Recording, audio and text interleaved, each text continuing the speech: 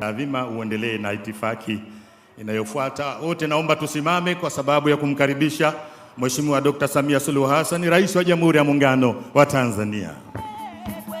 Kilimo, mifugo na uvuvi oye! Tanzania oye! Mheshimiwa Rais Dr. Samia Suluhu Hassan oye! Waheshimiwa, tukae.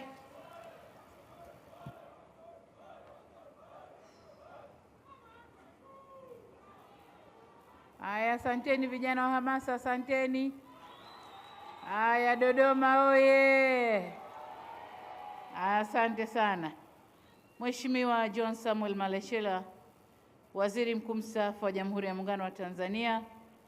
Mheshimiwa Mizengo Kayanza Pinda, Waziri Mkuu mstaafu na mwenyekiti wa Baraza la Kumshauri Rais kuhusu Kilimo na Chakula. Tambua uwepo wa uongozi wa Chama cha Mapinduzi Taifa, Naibu Katibu Mkuu kwa niaba ya Katibu Mkuu, lakini vile vile uongozi wa mkoa. Tambua uwepo wa mzee wetu Mzee Mangula na viongozi wote wa vyama vya siasa mliopo nasi hapa. Nitambue uwepo wa wenye shughuli waliotualika, nao ni Mheshimiwa Daniel Godfrey Chongolo, Waziri wa Kilimo, na mwenziwe Balozi Dr. Bashiru Ali Kakurwa, Waziri wa Mifugo na Uvuvi. Tambue pia uwepo wa mhimili wa Bunge, tukiwa nawe Mheshimiwa Daniel Silo Baran, Naibu Spika wa Bunge la Jamhuri ya Muungano wa Tanzania, Mwenyekiti wa Kamati ya Biashara, Viwanda, Kilimo na Uvuvi, Mheshimiwa Mwanyika, lakini pia waheshimiwa wabunge wa kamati, wabunge wa mkoa huu kiongozwa na mbunge wa jimbo hili. Nitambue pia uwepo wa waheshimiwa mawaziri na manaibu mawaziri mliopo nasi hapa, Katibu Mkuu Kiongozi Balozi Dr.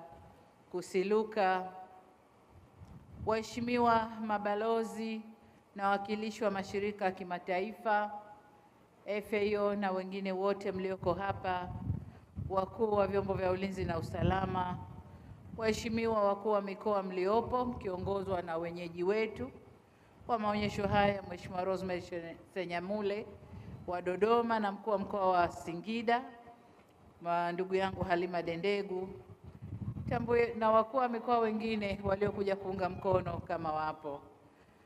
Tambue uwepo wa makatibu wakuu na manaibu makatibu wakuu, wakuu wa wilaya za mikoa ya Dodoma na Singida, Bwana Jitu Son, mwenyekiti wa wakulima, lakini pia nitambua uwepo wa mwenyekiti wa wafugaji wa Tanzania, wenye viti wa bodi na watumishi wa taasisi au bodi za wakurugenzi na watumishi wa taasisi zote zilizo chini ya wizara hizi, kilimo, lakini pia mifugo na uvuvi. Ndugu zangu wakulima, wafugaji, wavuvi, wadau wa sekta binafsi, wote mlioshiriki katika maonyesho haya, lakini pia taasisi za fedha mliopo pamoja nasi hapa.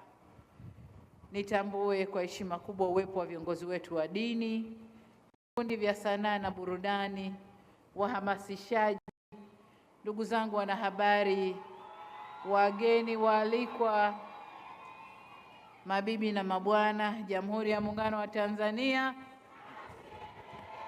kazi na utu. Ndugu zangu, niwaombe muungane nami kumshukuru Mwenyezi Mungu mwingi wa rehema kwa kuturuzuku uhai na siha njema na kutuwezesha kukutana pamoja leo hapa katika kilele cha maonesho ya sherehe za wakulima, wafugaji na wavuvi maarufu kama Nane Nane kwa mwaka huu wa 2026 katika viwanja hivi vya John Samuel Malecela hapa mkoani Dodoma. Faraja yangu ni jina la viwanja hivi, John Samuel Malecela, mzee wetu ambaye amelitumikia taifa hili kwa siku nyingi katika nyadhifa mbalimbali. Tumeamua kutoa jina hilo kwa viwanja hivi. Aidha, nikushukuru Mheshimiwa Waziri wa Kilimo na Waziri wa Uvuvi na Mifugo kwa kunialika kuja kujumuika na ndugu zangu wa Tanzania waliojitokeza kwa wingi mahali hapa ili kuadhimisha siku hii ya wakulima, wafugaji na wavuvi. Nawapongeza kwa maandalizi mazuri ya shughuli hii. Ujenzi wa uwanja, kweli tunaelekea kwa uwanja wa kimataifa. Bado tuna kazi ya kufanya, lakini tutafika huko. Miaka miwili, maonyesho mawili yajayo, uwanja huu utakuwa na hadhi nyingine, utakuwa na huduma zaidi na miundombinu zaidi ili uwe uwanja wa kimataifa. Na hapa nakubaliana na pendekezo lako Mheshimiwa Waziri wa Kilimo kwamba tutazindua maonyesho haya kwenye kanda mbalimbali, lakini kilele kitakuwa siku zote hapa Dodoma kwenye uwanja wa kitaifa, uwanja wa kitaifa wa shughuli hii. Pamoja na hayo, nichomekee jambo jingine, Mheshimiwa Waziri wa Kilimo na Waziri wa Mifugo na Uvuvi. Mwaka huu mmeongeza kanda ya maonesho kule nadhani nyanda za juu kusini,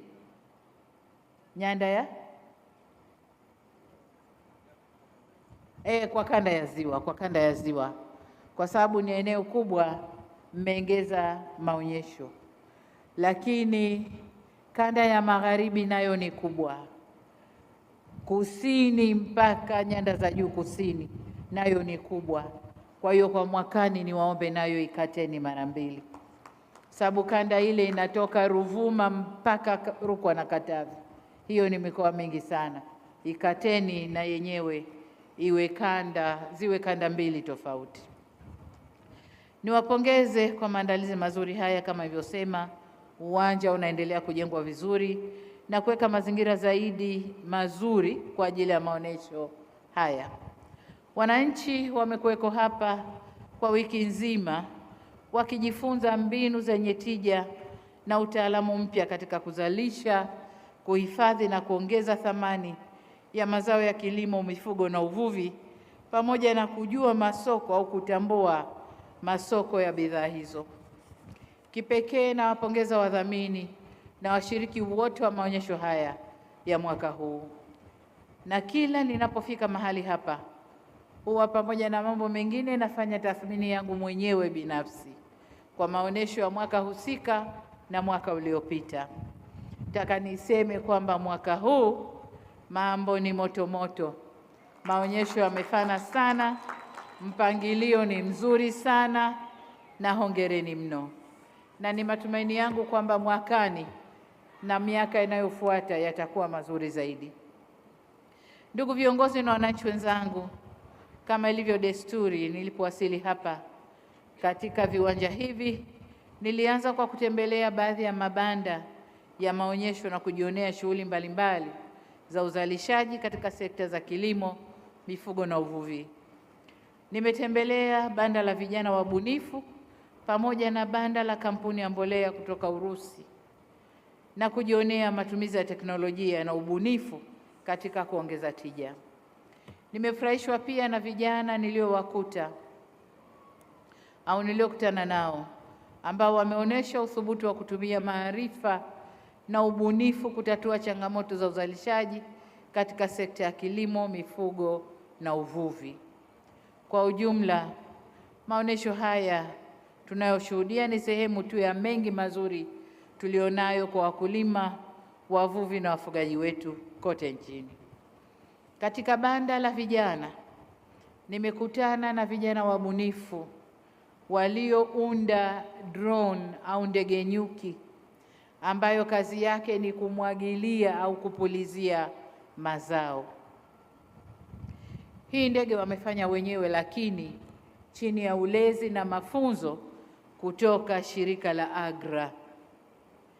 Na katika kuwakuza, aliomba tumwongezee kimtaji ili aweze kujenga ndege kubwa zaidi. Aliyojenga inaweza kumwagilia robo eka, lakini akijenga kubwa zaidi ambayo itabeba kama lita 10 za dawa ataweza kumwagilia eka nzima. Kwa jitihada niliyoiona pale na nguvu iliyowekwa na AGRA na ubunifu wa vijana wale, nimekubali kutoa mtaji ili ajenge ndege nyuki ya kwanza na tuione kama inafanya kazi.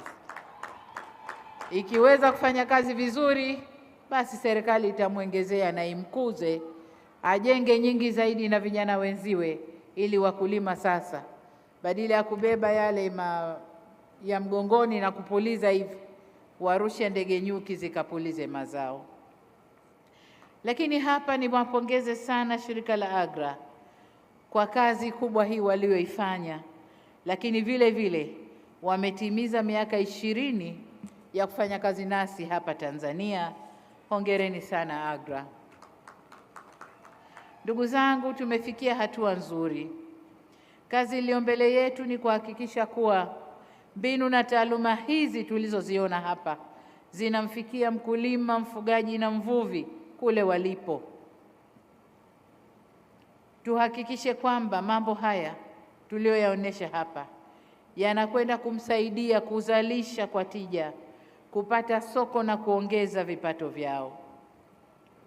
Huko ndiko tunakotaka kuona uwekezaji huu ukitoa matokeo ya moja kwa moja. Tuone mkulima, mvuvi na mfugaji anafaidi kule aliko na anaongeza kipato chake. Kwa muktadha huo, nawashukuru na kuwapongeza wakulima, wafugaji na wavuvi wote nchini kwa kazi kubwa wanayoifanya katika kulilisha taifa, kuzalisha malighafi za kiwandani au viwandani na kuliingizia taifa fedha za kigeni. Asanteni sana kwa mchango wenu, tunautambua na tunauthamini. Ndugu viongozi na wananchi wenzangu, sekta za kilimo, mifugo na uvuvi zimeendelea kuwa nguzo muhimu ya uchumi na ustawi wa taifa letu kwa kuchangia katika ukuaji wa pato la taifa, kutengeneza fursa za ajira na kukuza shughuli nyingine za kiuchumi kwa kiasi kikubwa. Tunapozungumzia uchumi wa viwanda, sekta hizi ndizo zinazozalisha baadhi ya malighafi. Kwa kutambua umuhimu huo, serikali imeendelea kuwekeza katika kuongeza tija na ushindani wa sekta hizi, ikiwemo kuongeza bajeti ya Wizara ya Kilimo kama ilivyosemwa hapa kutoka shilingi bilioni 294 mwaka 2021/22 hadi shilingi trilioni 1 bilioni 105 mwaka 2005 na 2006 mwaka wa fedha tuliomaliza. Vile vile katika Wizara ya Mifugo na Uvuvi, bajeti imeongezwa kutoka shilingi 169.2 mwaka huo 21/22 hadi kufikia shilingi bilioni 476.6 mwaka jana wa fedha 25/26. Sambamba na hayo, tumeendelea kuimarisha huduma za ugani, kutoa ruzuku za pembejeo, kuboresha vyama vya ushirika na kupanua ushiriki wa sekta binafsi katika uzalishaji, uhifadhi na utafutaji wa masoko na uwekezaji kwenye minyororo ya kuongeza thamani ya bidhaa hizo. Aidha, serikali imeendelea kuimarisha upatikanaji wa mikopo na fedha za uwekezaji katika sekta ya kilimo kama vile tulivyofanya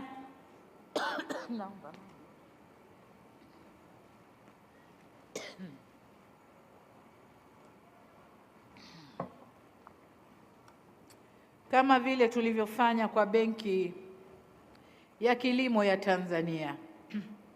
Benki hii mwaka 2021 ilikuwa na shilingi bilioni 60 kama mtaji.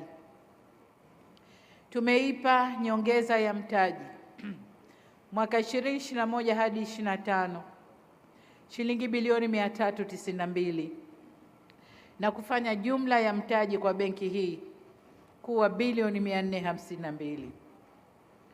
Lakini mtaji huo umekwenda kutoa mikopo iliyotolewa na benki hiyo kufikia shilingi bilioni 248, ambapo mkopo uliotoka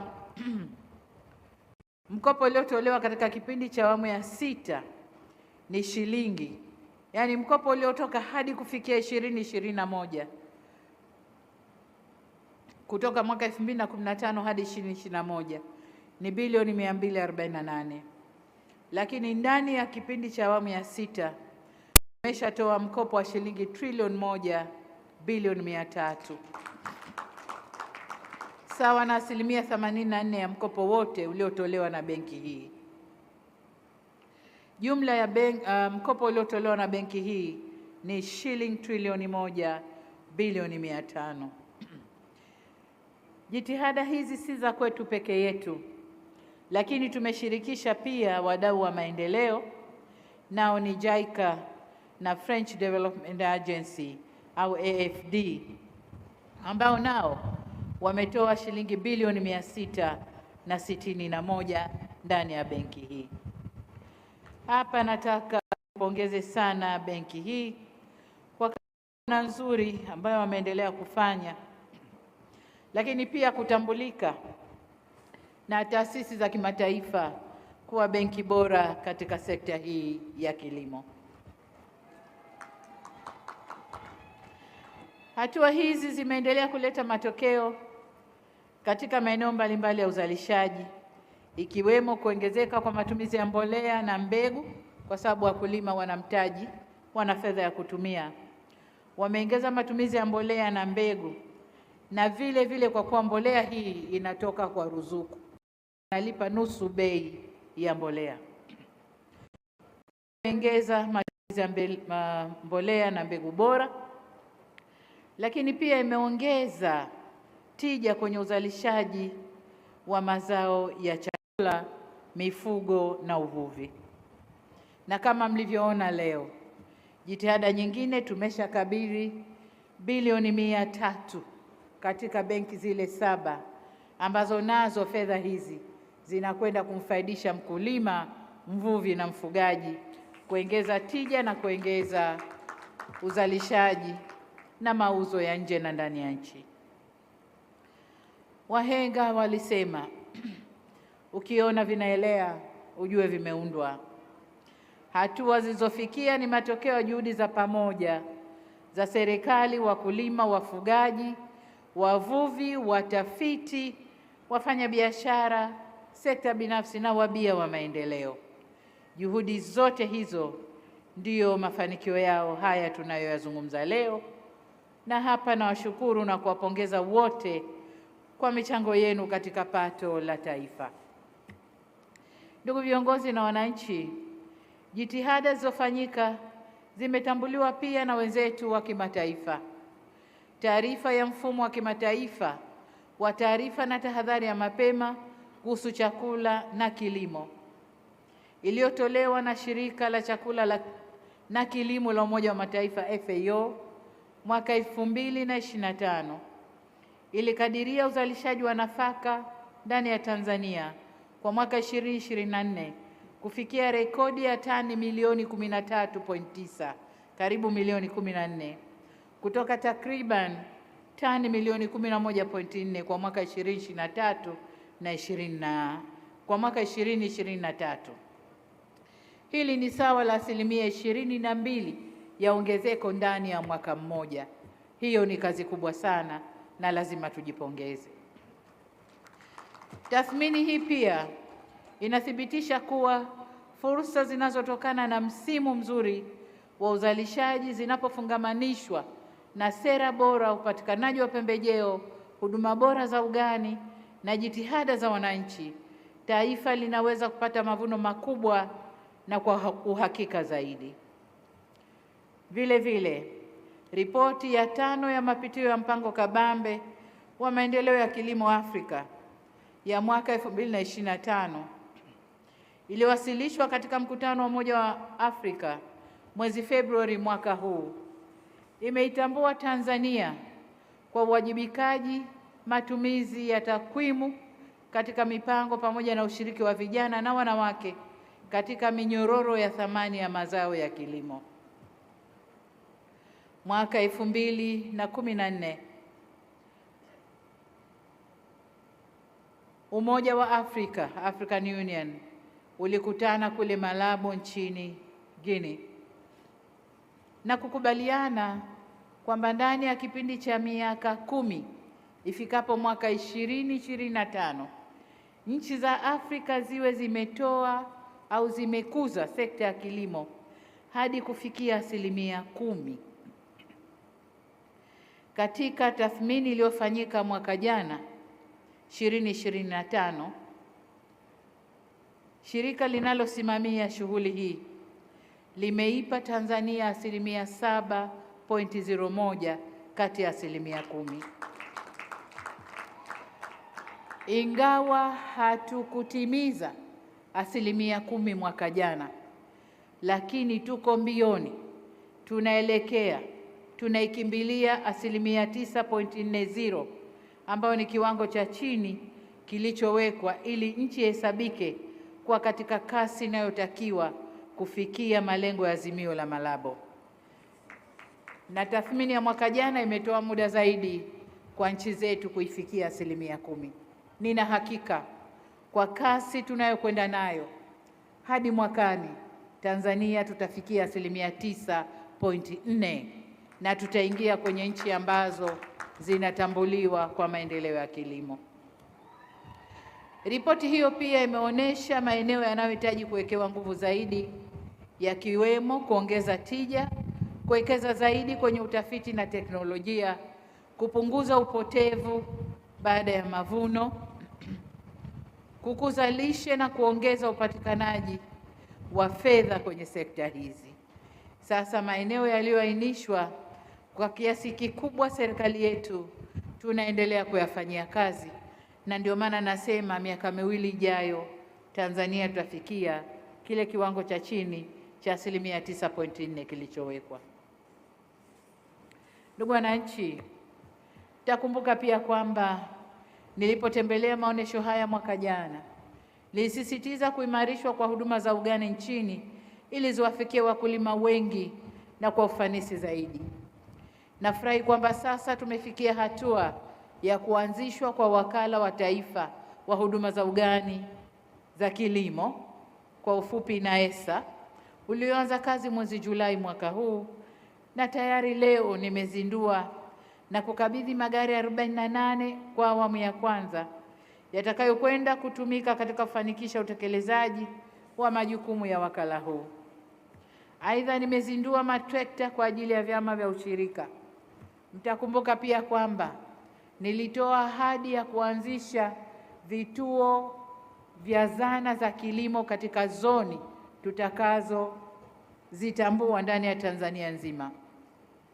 Tumekaa na kuamua kwamba kazi ile sasa itasimamiwa na vyama vya ushirika vya Tanzania katika zoni zao. Hivyo basi nimekabidhi matrekta yale na zana tutakazozinunua kwa vyama vya ushirika ili wao wasimamie wakulima wao. Nisisitize kuwa vitendea kazi hivi vikatumika kwa malengo yaliyokusudiwa na si vinginevyo. Katika mwelekeo huo, nawapongeza Waziri wa Kilimo na Waziri wa Mifugo na Uvuvi pamoja na watendaji wao wote kwa kusimamia na kufanikisha hatua tuliofikia. Na nitoe wito kwa wizara, mamlaka na serikali za mitaa, taasisi za umma na sekta binafsi na wadau wengine kushirikiana na taasisi hii ili iweze kufanya kazi na kuafikia malengo ya kuanzishwa kwake. Ndugu viongozi na wananchi wenzangu, nchi yetu imeanza utekelezaji wa Dira ya Taifa ya Maendeleo utakayotuchukua mpaka mwaka 2050. Na nimefurahishwa na kauli mbiu ya maonesho ya 8 ya mwaka huu inayosema tambua soko, ongeza tija, kutekeleza Dira 2050. Kauli mbiu hii imetambua umuhimu na uzito tunaopaswa kuweka katika kuyageuza malengo makubwa ya dira tuliojiwekea kwa uhalisia katika kutimiza matamanio na matarajio yetu. Kimsingi, Dira 2050 imetoa nafasi kubwa kwa sekta za kilimo, mifugo na uvuvi katika kuongeza tija, kujenga viwanda, kuzalisha ajira na kupanua biashara.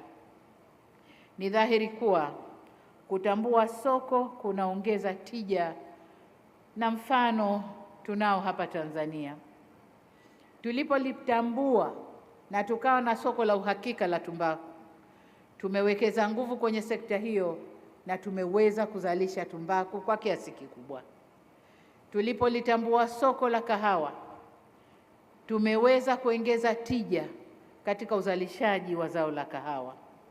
Vile vile katika mazao ya baharini, baada ya kutambua soko la Asia, China na nchi nyingine, leo watoto wa Kisukuma wanakuza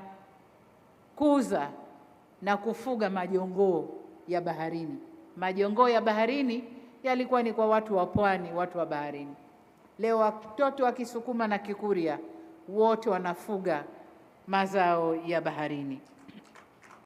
Imekuwa hivyo kwa sababu wanajua soko liko wapi la uhakika, na soko ambalo linawapatia kipato kizuri. Naomba niwahakikishie kwamba serikali itaendelea kutafuta masoko ya ndani na ya nje ya nchi kwa ajili ya mazao yetu ya kilimo, mifugo na uvuvi. Tumeifungua nchi kibiashara na uwekezaji, na tunaendelea kuvutia wawekezaji wa ndani na nje sambamba na mwelekeo wa dira yetu ya taifa unaoipa sekta binafsi nafasi kubwa ya takriban 70% katika utekelezaji wake.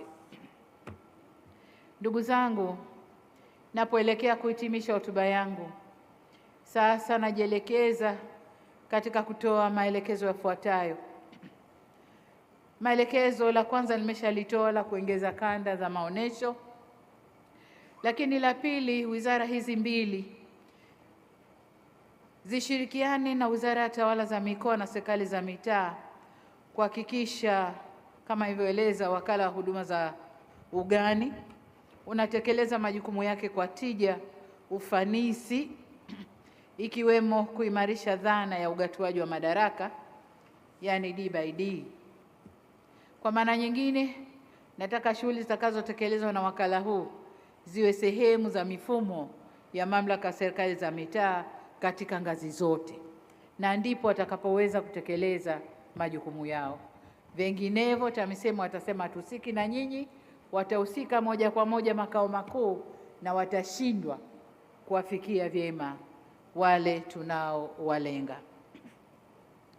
Lakini pili, taasisi zetu za utafiti wa kilimo, mifugo nchini ziendelee kufanya tafiti za ubunifu na teknolojia za kisasa na rafiki ili ziweze kutumiwa na wananchi katika kuongeza tija na uzalishaji katika sekta hizo za kilimo, uvuvi na mifugo. La tatu, Wizara ya Kilimo, Wizara ya Mifugo na Uvuvi na TAMISEMI pamoja na wadau wengine kuendelea kutatua migogoro ya wakulima na wafugaji. Nawapongeza kwa kuwa sasa migogoro hiyo imepungua kiasi, lakini bado tunahitaji kufanya kazi zaidi, na hatuna sababu ya makundi haya kuendelea kugombana wakati yote ni muhimu katika uzalishaji na ukuaji wa uchumi na ustawi wa wananchi wetu na taifa kwa ujumla. Ndugu zangu, kila ninapopata fursa ya kuzungumza na wananchi, huwa nasisitiza wajibu wetu wa pamoja wa kulinda amani, usalama na utulivu wa nchi yetu. Tunu hizi muhimu ndio msingi wa shughuli zote za maendeleo tunayoyajenga. Bila msingi huo, hata mafanikio tuliyoyaona katika kilimo, mifugo na uvuvi hayawezi kuwa na maana. Kwa hivyo, niwasihi Watanzania wenzangu, tuendelee kuilinda amani ya nchi yetu na tuwe macho dhidi ya yoyote anayetaka kutugawa, kutuchochea na kututumia kuhatarisha amani na utulivu tulionao. Tusimpe nafasi mtu wa aina hiyo. Napoendelea kumalizia, kwa dhati kabisa niwapongeze pia washindi wote waliotunukiwa tunzo mbalimbali katika maonesho haya pamoja na washiriki wote kwa ujumla wao. na wasihi maarifa, teknolojia na uzoefu mliopata pahali hapa visiishie kwenye maonyesho. Nendeni mkavitumie kwenye mashamba, kwenye maeneo yetu ya uvuvi baharini na maziwa, na katika mashamba yetu ya mifugo, ili vilete matokeo ya moja kwa moja kwa wananchi. Mwisho kabisa, niwashukuru sana kwa tunzo mlionipatia wizara mbili zinazosimamia maonyesho haya, kwa kutambua mchango wa serikali katika mageuzi yanayoendelea katika sekta zenu, na niseme asanteni sana. Nendeni kachapeni kazi ili nasi tupe nguvu ya kuwapa nguvu zaidi, kuwapa fedha zaidi, kuwapa msukumo zaidi, ili tufanikiwe kwa kiasi chingine kikubwa zaidi.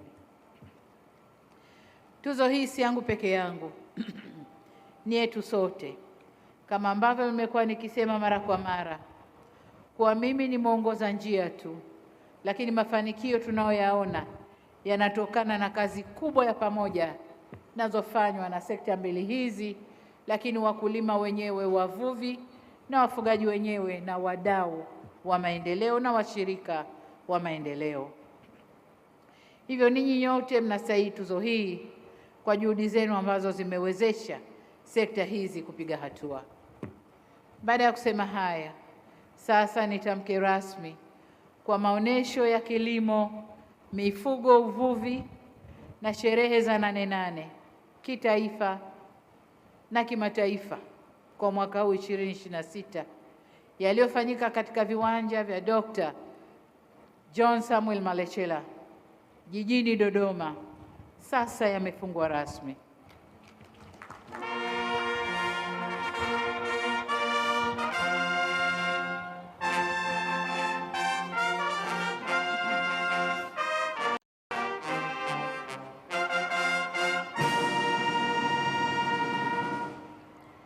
Naomba tukae. Ndugu zangu, mwaka jana nadhani nilifunga maonyesho haya, ilikuwa siku ya Alhamis, na kwa hiyo nikasema yaendelee na Ijumaa na Jumamosi, na Jumapili watu wafunge virago waondoke. Sasa mwaka huu nayafunga leo Jumamosi, kwa hiyo hamna siku ya kuongeza. Kesho Jumapili tufunge virago, turudi kwenye maeneo yetu tukazalishe. Mungu aibariki nchi yetu, Mungu abariki sekta zetu hizi na wakulima wetu na wavuvi wetu na wafugaji wetu. Mungu aibariki nchi yetu Tanzania, na asanteni sana kwa kunisikiliza.